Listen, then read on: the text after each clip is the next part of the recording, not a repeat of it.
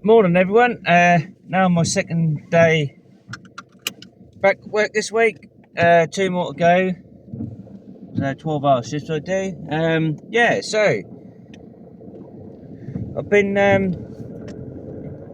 taking a bit of time studying, what I've done so far in my course. I just run through things again, but actually looked at my coursework more. Because like I said to you before in my other videos, I had a way of studying because of my busy life schedule with working at the hours I do. I started to use an app called Quizlet, which is handy for recall and information. Especially particularly for your multiple choice questions and everything like that. That's quite handy for. But yeah, it sped the process up with things, I'd say. But I think I kind of overthought a lot of stuff. I do overthink things quite a lot. I have done. I used to be quite bad, worse than I am now, but I'm working on all these things as well. Because personal training isn't just something where you learn fitness knowledge and everything like that, and things that only, a lot of mental health stuff sort of plays a role in that now as well. That's, if you've got more self-awareness and you can help others as well, things like that, that's a good way of communicating with people and help them get the best out of their training as well. So, and that's what this channel is about as well. So I can just sort of share with people my experiences and try and help others as well, and try and make things easier, trying to be a PT as well. So yeah, I just had a little catch up this morning, and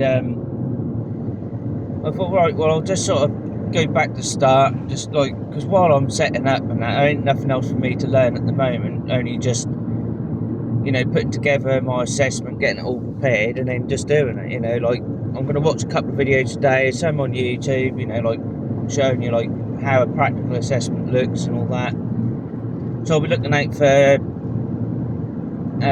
cues, hints what trainers will give typically their clients. They'll be saying don't forget to breathe, and then breathe out as you push the weight and things like that. So breathe in as you got the weight there, and then deep breath in and push out. So as you push out, you breathe. So getting all your breathing right, making sure they're breathing when they're doing the reps, and things like that, and just proper cues, how they've positioned themselves for an exercise, so they're positioned correctly, making sure they're in the right spot, how they're doing it, so they can engage all their muscles, whatever their exercise they're doing, so they're hitting the right ones, they've got the correct form, and they're safe.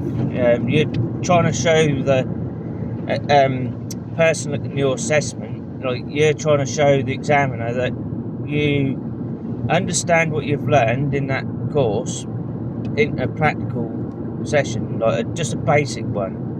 Because at the end of the day, we're only level 2 here, so you just got to show them basic knowledge. They're not looking for an expert and you explaining loads and loads of technical information. They're just basic stuff. What they're looking for in level 2 is just personal training cues.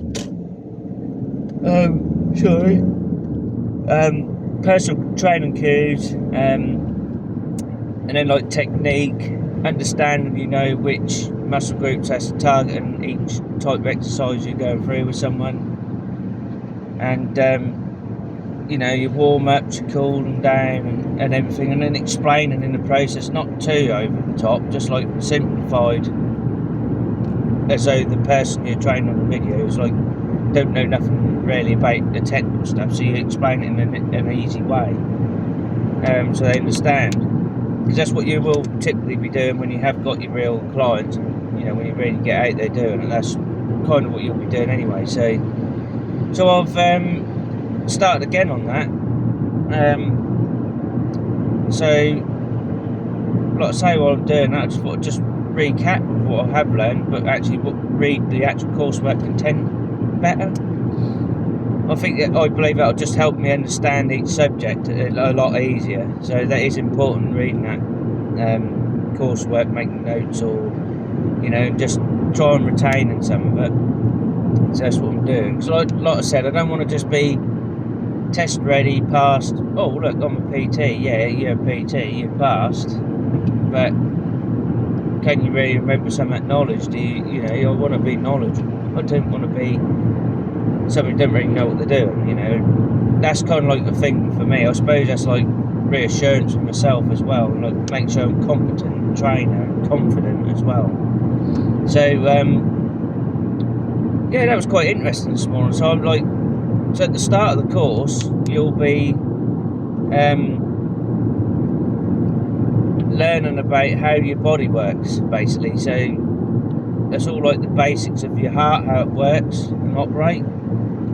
And then they use comparisons for an unfit person to like a trained person and a more elite version. So it's probably like basically just an athlete, a proper athlete, professional athlete. So I was on so basically I was on like the cardiovascular system and your diastolic pressure, blood pressure, and your stroke volume. You know how that all works. So basically, if you're an untrained individual, you'll typically have a higher cardiac output, cardiovascular heart rate at rest. You know, your resting heart rate will be higher, and if you're trained or elite level, that'll start being lower at resting. You know, like just now, if I'm driving a car, just relaxed, you know, I'm not really the fittest person in the world, so I'll be like an average sort of heart rate, you know, at rest. You know, like I'll be slightly low, but I wouldn't be like high because I'm like completely unfit.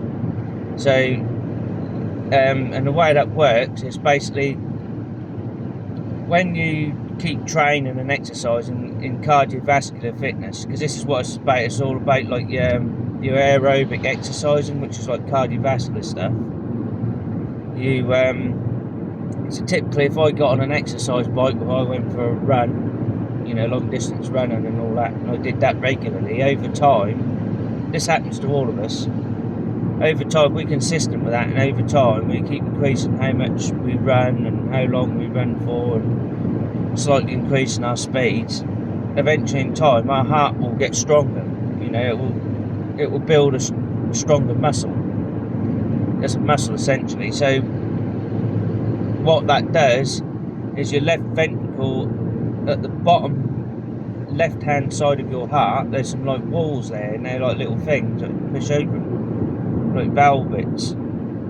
I remember this because obviously when I used at school, I used to do like physical education, so I know like there's these little bits at the bottom. What it do is squeezes up at the bottom, that pushes the blood out of your arteries, you know, and that goes round all your pulmonary arteries and everything, and start pushing the blood round all your body again. And what it is diastolic pressure is at a resting rate. It's not when it contract and pump, it's just before. So it's like boomf, boomf, and then when it goes like that there, before it goes boomf and pump the blood round, that's the resting part. That's the diastolic part. So rest, diastolic. So remember that, you know, like I'm trying to just give you a little bit of information a little bit as well. So resting rate, diastolic, and then stroke volume is basically heart rate times stroke volume gives you the output, cardiac output. So that's a formula they use. So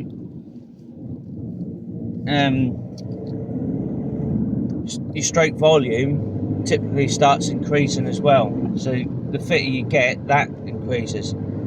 Your stroke volume is basically how hard the blood comes out of your heart, you know, like that's the volume of blood which gets pumped with each contraction when it pumps, you know, like, you know, so if you the fitter you are, the less your heart basically has to work to get the blood round to all your muscles, you know, like, so if I'm unfit, your heart will be pumping harder and harder just to try and get that blood round.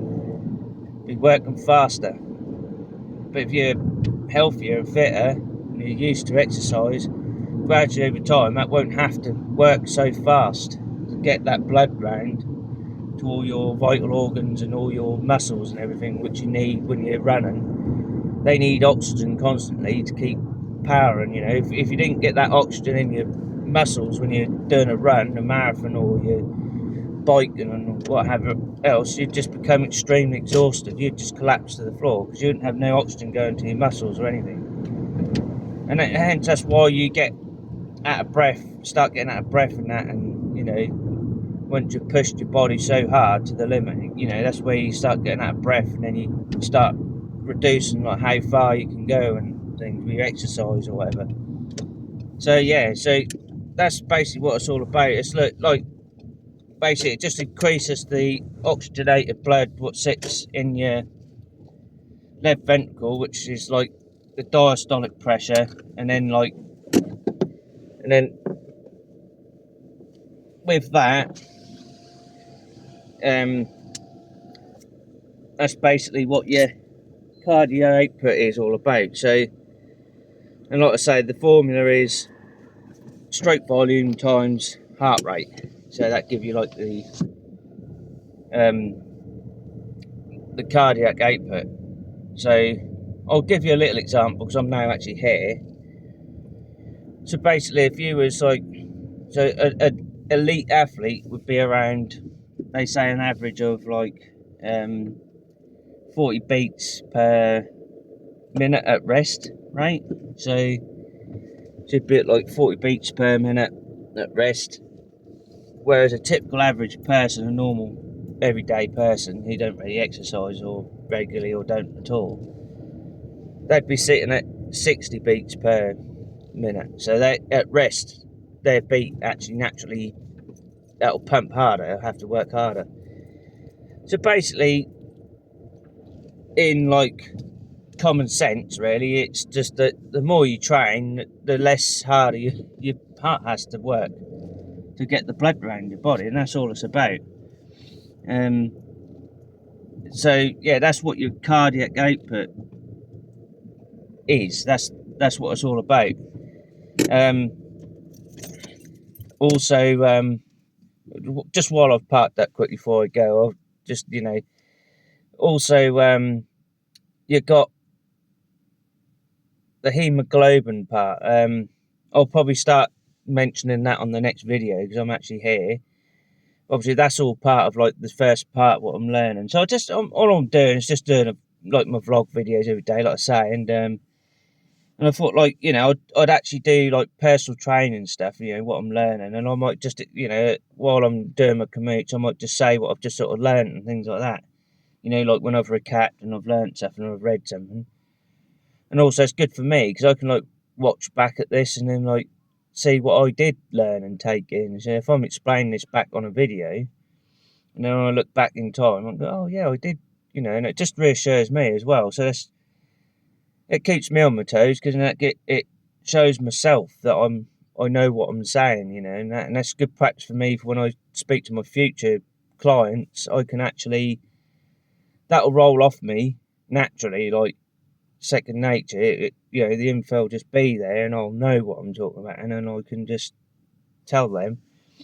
But I would suggest a couple of tips. I'm no expert at the minute because obviously I'm learning. I haven't actually worked for a gym yet, but when you're training a client, now all this information is handy to know because obviously it just helps you understand the actual body and what's really going on with it. But with actual clients, I would probably not go into too much detail unless they're really genuinely interested. I won't go into too much. So it's just finding that way of like explaining it so they can understand it, but in a good way, you know, like, so it's not overly explained and it confuses them or anything, you know, and things like that, or get too technical for them. Because the last thing you want to do is start scaring clients away because they think they have to know all that and things. Because really, all they're coming to you for is just that they just want to learn how to lift safely with the correct form and everything like that, or, you know, and how to get to whatever goals they're asking for. So, you know, you can't just keep babbling on like that. So, but it's useful for you to know, because then obviously you understand your own body, and you can sort of put it across in your own sort of way to them a little bit, so that can help them understand the reasons why you're asking them to do certain things.